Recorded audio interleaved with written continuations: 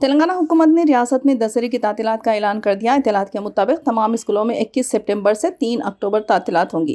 Junior کالجوں کے لیے تعطیلات 28 سپٹمبر سے 5 اکتوبر تک رکھی گئی ہے۔ ریاستی حکومت نے اس سلسلے میں احکامات جاری کر دیا۔ حکومت نے تعلیمی اداروں کے لیے دسہرے تہوار کے موقع پر کل 13 دن کی تعطیلات کا اعلان کیا۔ طلبہ خوشی سے معمور ہے کیونکہ انہیں مسلسل 13 دن کی چھٹیاں ملیں گی۔ شہروں کے مختلف ہاسٹلز میں رہنے والے طلبہ پہلے ہی اپنے آبائی علاقوں جانے کے لیے منصوبہ بنا رہے ہیں۔ تعطیلات 21 سپٹمبر اتوار سے 3 اکتوبر جمعہ تک ہوں گی۔ اس بار دسہرہ تہوار گاندھی جینتی 2 اکتوبر کو آیا ہے۔ ڈگری اور انجینئرنگ کالجوں کے لیے تعطیلات کی وضاحت بھی ابھی باقی ہے۔ تعطیلات کو علم میں تبدیل کرے۔ دسہرے کے موقع پر حکومت نے طلبہ کے لیے تعطیلات 21 سپٹمبر سے 3 اکتوبر تک ہیں۔ اس حوالے سے دیکھیں تو تعطیلات کو تفریحی اور علم میں کیسے تبدیل کیا جا سکتا ہے۔ تلنگانہ کے لوگ 9 دن کے لیے بتکمہ تہوار بڑے دھوم دھام سے مناتے ہیں۔ تعطیلات کے دوران بچوں پر خاص توجہ۔ جب تک اسکول اور کالج کھلے رہیں طلبہ اپنے دن صبح سے شام تک پڑھائی اور ہوم ورک میں مصروف گزارتے ہیں۔ اگرچہ انہیں کچھ فارغ وقت ملتا ہے وہ مسلسل اپنے اسمارٹ فونز دیکھتے رہتے ہیں۔ موجودہ دسہرہ تعطیلات کے دوران موبائل فون کی غیر محدود رسائی نہ دیں۔ نتیجتاً بچوں کی صحت پر بھی اثرات مرتب ہو سکتے ہیں۔ والدین کو ان بچوں پر زیادہ توجہ دینی چاہیے جو کئی گھنٹے فون پر گزارتے ہیں۔ اگر وہ موبائل فون کے عادی ہو جائیں تو تعطیلات کے بعد اسکول میں بھی پڑھائی پر دھیان نہیں دے پائیں گے۔ اگر ثقافت سکھائی جائے۔ کبھی تلنگانہ میں مشترکہ خاندان کا بہت اثر تھا۔ بڑے اور چھوٹے سب اچھے طریقے سے ایک ساتھ رہتے تھے۔ تعطیلات کے دوران دادی،